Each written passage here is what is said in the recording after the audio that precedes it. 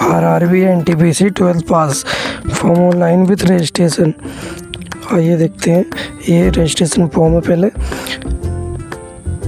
सबसे पहले नाम डालेंगे, नाम, date of birth, father name Mohammad Yamin, retype father name Mohammad Yamin, mother name, यहाँ पर मदर्स नेम डालेंगे।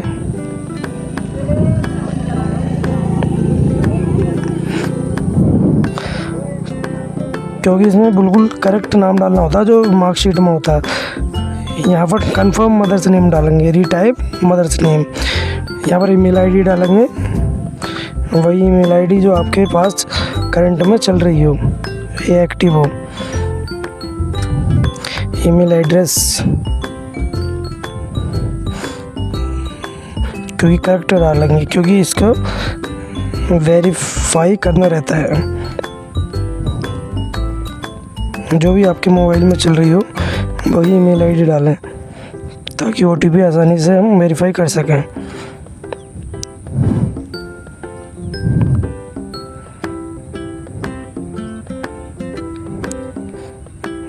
दूसरे नंबर पे मोबाइल नंबर है,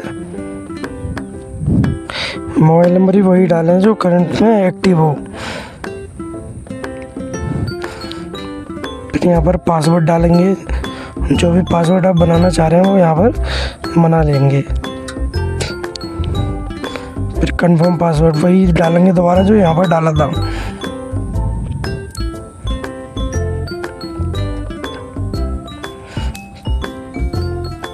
कैप्चा,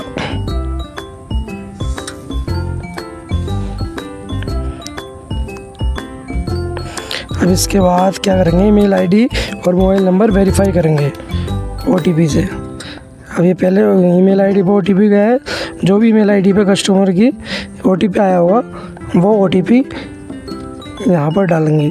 सही OTP डालना है, गलत OTP डालेंगे तो लेगा नहीं, वेरीफाई ही नहीं करेगा ये। अब देखो जैसे इसने लेते ही वेरीफाई कर लिया। ऐसे ही मोबाइल नंबर पे OTP गया होगा, टेक्स्ट मैसेज में जो OTP आया होगा वो OTP डाल देंगे यहाँ पर। ये वेरीफाई हो गया। अब इसके बाद हम आधार वेरीफाई करेंगे। यहाँ पर आधार नंबर डालेंगे और आधार नंबर बिल्कुल सही डालना है। अगर गलत आधार नंबर डालेंगे तो OTP नहीं जाएगा, वो आधार नंबर गलत पकड़ेगा भी नहीं। ऑटोमेटिकली जो मोबाइल नंबर आधार कार्ड पे लिंक होगा उसी पे OTP जाएगा। यहाँ पर जनरेट आधार OTP करेंगे और जो भी OTP आएगा वो यहाँ पर हम डाल के आधार वेरीफाई कर लेंगे।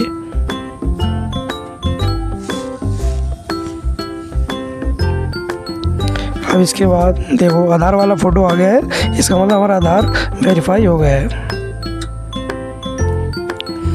अब यहाँ पर प्रीव्यू देखेंगे, कोई चीज़ अगर गलत होगी तो उसको करेक्शन कर लेंगे वापस लाके। एक एक चीज़ यहाँ पर चेक कर लेंगे। फिर क्रिएट एन अकाउंट पे क्लिक करके हमारा रजिस्ट्रेशन हो जाएगा। अब क्या काम करेंगे, हम भरेंगे फॉर्म अंडर ग्रेजुएशन 12th पास।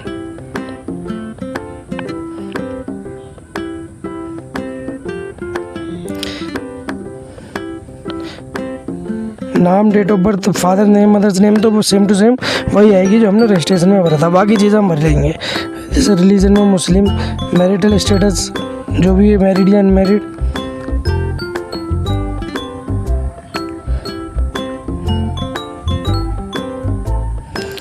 फिर इसके बाद मदर टंग डालेंगे, जो भी मातृभाषा है। हिंदी है ऐसे तो हिंदी सेलेक्ट कर लेंगे। फिर इसके बाद एग्ज़ाम लैंग्वेज, किस लैंग्वेज में एग्ज़ाम देना चाह रहे हैं, एग्ज़ाम मीडियम क्या रखना चाह रहे हैं। तो जैसे हिंदी रखना चाह रहे हैं तो यहाँ पर हिंदी सेलेक्ट कर लेंगे। फिर इसके बाद अगर कोई शरीर पर चोट का निशान या तिल वगैरह होता है तो वो भी मार्क ऑफ आइडेंटिफिकेशन के लिए डाल देंगे। अगर नहीं है तो नोट एप्लीकेबल करके इसमें डाल देंगे, अगर है तो डाल देंगे। अगर मॉल या चोट का निशान या वोंड मार्क है, कुछ भी है, यहाँ पर डाल देंगे। अगर कुछ नहीं है तो नोट एप्लीकेबल करके डाल देंगे। अब जैसे मॉल और नेक, इनकी नाक पे गर्दन पे तिल है तो हमने मॉल और नेक डाल दिया। अब दूसरे में नोट एप्लीकेबल डाल दिया। फिर नीचे कम्युनिटी में आएंगे, आप किस जाति में आते हैं। मान लो ये जैसे ओबीसी में आते हैं तो ओबीसी का नॉन क्रिमिनल लेयर में आते हैं, नॉन क्रिमिनल लेयर में डाल देंगे। अब यहाँ पर उसकी कास्ट सर्टिफिकेट की, वो भी सेंटर का जो कास्ट सर्टिफिकेट होता है उसी की डिटेल डलेगी यहाँ पे। नेम ऑफ द कास्ट, जो भी कास्ट है। अब जैसे इनकी कास्ट यहाँ पर मोमिन अंसार है तो यहाँ पर इनकी कास्ट मोमिन अंसार डाल देंगे।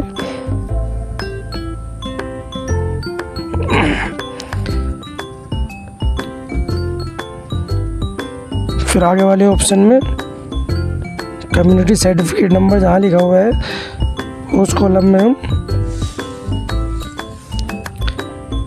कास्ट सर्टिफिकेट नंबर जो भी है वो डाल देंगे। किसने जारी किया है, उस अधिकारी का नाम, उस अधिकारी की रैंक डालेंगे। तहसीलदार ने जारी करा है, किस राज्य से जारी हो रखा है, उस राज्य का नाम डाल देंगे। जैसे उत्तराखंड है तो उत्तराखंड, डेट डाल देंगे।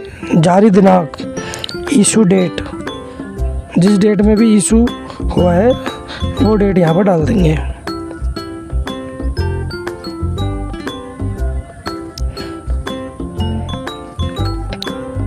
बिल्कुल सही डेट डालनी है, जो भी डेट सर्टिफिकेट पर होती है वही डेट हमें डालनी होती है, क्योंकि डॉक्यूमेंट वेरिफिकेशन होता है जब, तो उस समय अगर कुछ भी मिसमैच पाया जाता है तो उसमें दिक्कत आ जाती है। फिर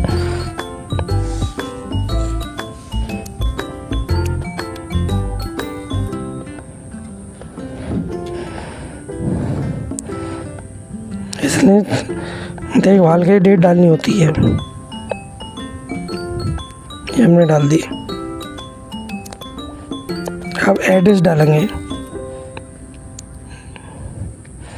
एड्रेस में बिल्कुल सही डालना है, बिल्कुल सही भरना है। स्टेट डालेंगे, डिस्ट्रिक्ट डालेंगे। फिर यहाँ पर एड्रेस, जो होम एड्रेस होता है, वार्ड, मोहल्ला, गांव का नाम, जो भी हो यहाँ पर हम डाल देंगे। और जो आधार कार्ड में होता है उसी से भरना रहता है। जो इनके आधार कार्ड में है वही हम डाल रहे हैं।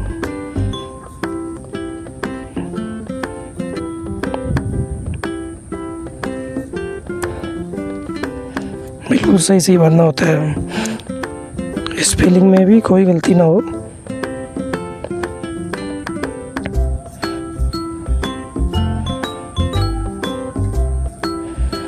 फिर नीचे वाले कॉलम में प्रेजेंट नियरेस्ट सिटी,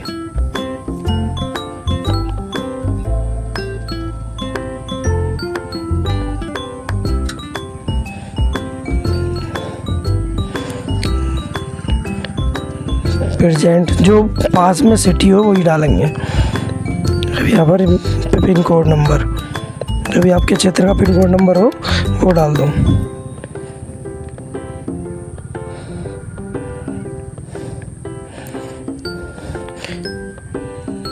कुछ एक कॉलम होते हैं जिनमें यस नो करना होता है।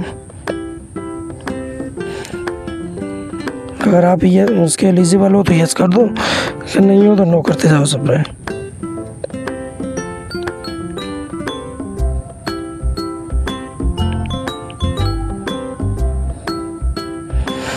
फिर आया कॉलम के नीचे बैंक डिटेल्स का। बैंक डिटेल्स भी बिल्कुल ठीक भरनी होती है, क्योंकि इसमें जो फीस रिफंड होती है वो जो आप अकाउंट नंबर डालोगे, अकाउंट डिटेल्स डालोगे, बैंक डिटेल्स डालोगे, उसी में तुम्हारा रिफंड आएगा।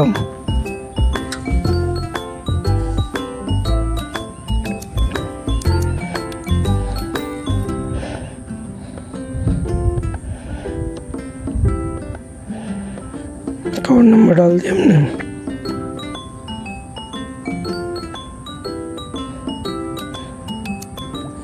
पर कंफर्म अकाउंट नंबर डालेंगे, यानी कुछ न कुछ गलत हुआ इसलिए भूलिए नहीं, तो आप डालेंगे कंफर्म अकाउंट नंबर। कंफर्म करेंगे दोबारा अकाउंट नंबर डाल के।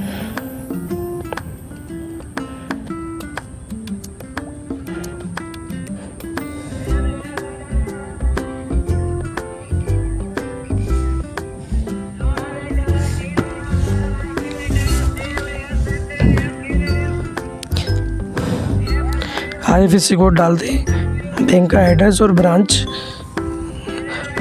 सब ऑटोमेटिक फैच हो जाती है। यहाँ पर कंफर्म कर लेंगे, अपन बैंक का नाम आ गया और ब्रांच का नाम आ गया। नेक्स्ट कर देंगे। नेक्स्ट करने के बाद में यहाँ पर क्वालिफ़िकेशन फिल करेंगे।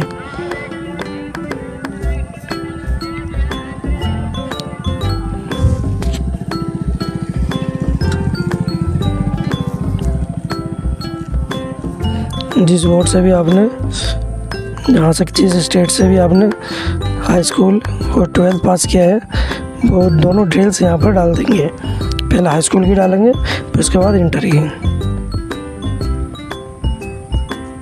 और बिल्कुल सही डालेंगे। जो भी हाई स्कूल की मार्कशीट में है या सनद में है, पासिंग डेट, सर्टिफिकेट नंबर, जो उसमें हो मार्कशीट में, same to same roll number भी वही डालेंगे। जो अगर एक भी मिस्टेक हो गई तो आगे डॉक्यूमेंट वेरिफिकेशन में आपको बाहर किया जा सकता है।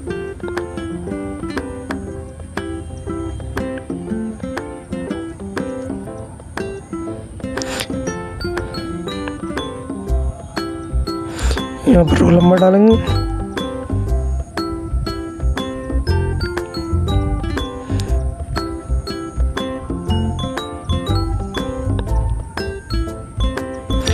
नेक्स्ट वाले कॉलम में सर्टिफिकेट नंबर डालेंगे।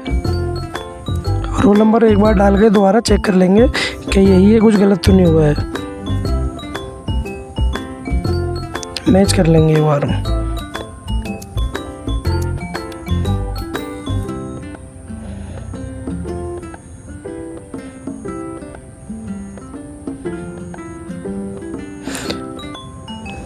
फिर सही से मैच करने के बाद में यहाँ पर सर्टिफिकेट नंबर जो हाई स्कूल की सनद में होता है वो डाल देंगे।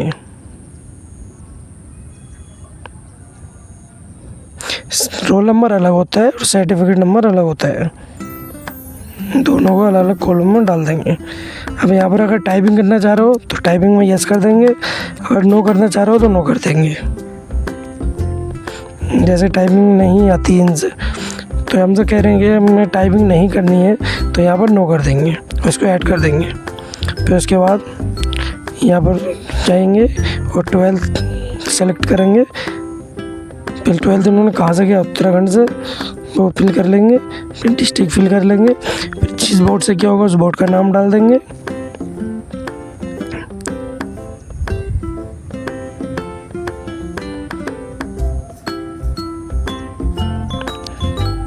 पासिंग डेट डाल देंगे। इंटर का रिज़ल्ट जिस डेट में आता है वो डेट आती है इस पर रिज़ल्ट पे या सनद पे, वो देख करके सही बिल्कुल कोई भी मिस्टेक ना हो, बिना मिस्टेक के वो डाल देंगे।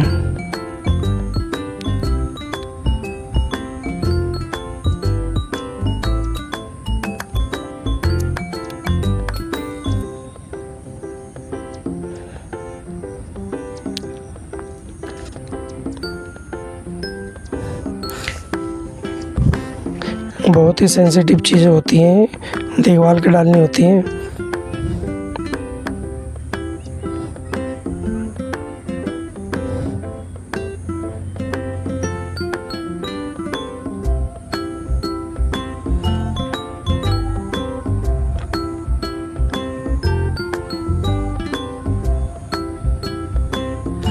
जिस ईयर में इन्होंने 12th पास किया वो ईयर सेलेक्ट करेंगे, मंथ सेलेक्ट करेंगे और महीना, जो भी जिस महीने में पास किया वो महीना सेलेक्ट करके डेट डाल देंगे। जो भी इनकी परसेंटेज बैठ रही है वो परसेंटेज डाल देंगे 12th में। यहाँ पर भी अगर ये टाइमिंग नहीं 3 से टाइमिंग नहीं करना चाह रहे हैं तो यहाँ पर नो कर देंगे।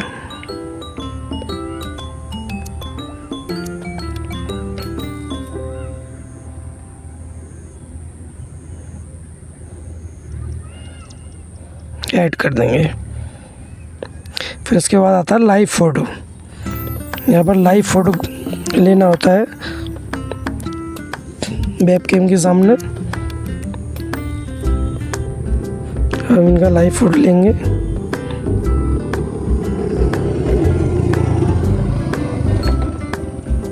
और सिग्नेचर भी साथ में।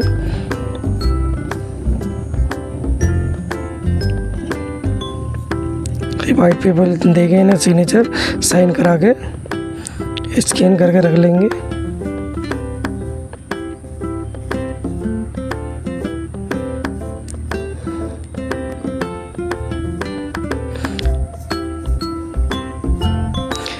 ये सिस्टम में वेबकैम नहीं चल रहा था, कुछ दिक्कत आ रही थी तो हम मोबाइल से ही कर लिया था। या मोबाइल से ये फ़ायदा रहता है कि आराम से कस्टमर कहीं भी हो मोबाइल से अपना वो लिंक शेयर करके मोबाइल में कैमरा से आराम से हो जाता है।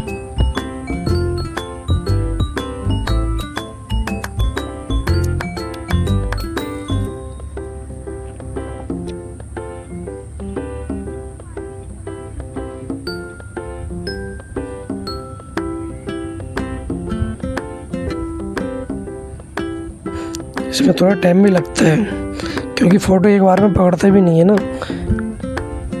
कभी कुछ इशू दिखाता है, कभी लाइट की दिक्कत दिखाता है, कभी बैकग्राउंड की दिक्कत दिखाता है, कुछ ना कुछ इशू दिखाता रहता है। इसलिए इसमें थोड़ा टाइम लग जाता है। फिर भी हम कोशिश कर रहे हैं।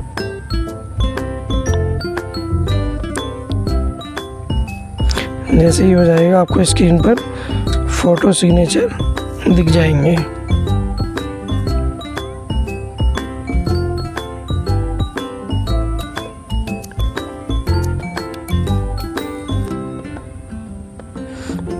कर रहे हैं।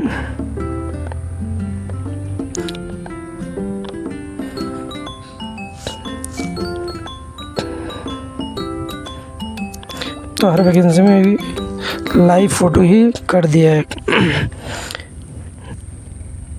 चाहे एसएससी हो, चाहे रेलवे हो, चाहे कोई अन्य आदर्श में हो। मोस्टली 90% वैकेंसियों में लाइव फ़ोटो ही होता है।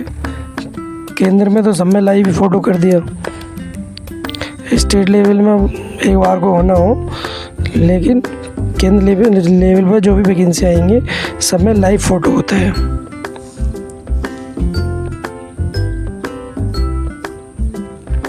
देखिए यहाँ पर हो गया। अब रिफ्रेश करेंगे, सिग्नेचर ले लेंगे।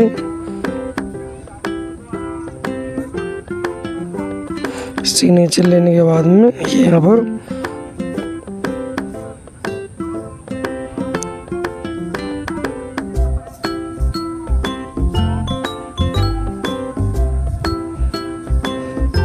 ये हो गया। फ़ोटो सिग्नेचर हमारे हो गए हैं।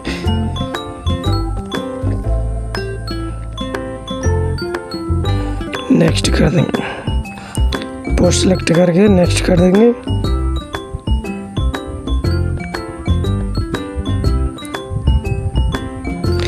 और इसके बाद ये हमारा सारी प्रोसेस कंप्लीट हो गई है।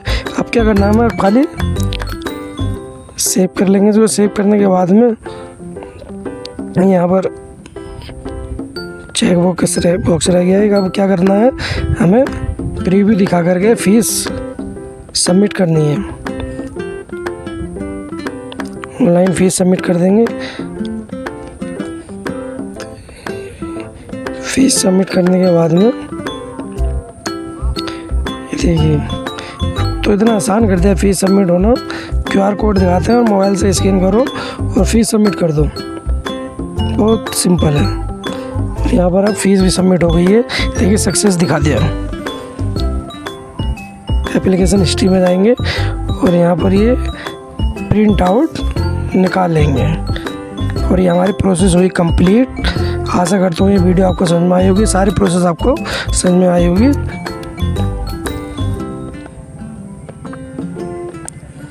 हमारे चैनल को सब्सक्राइब करें, वीडियो को शेयर करें, लाइक करें,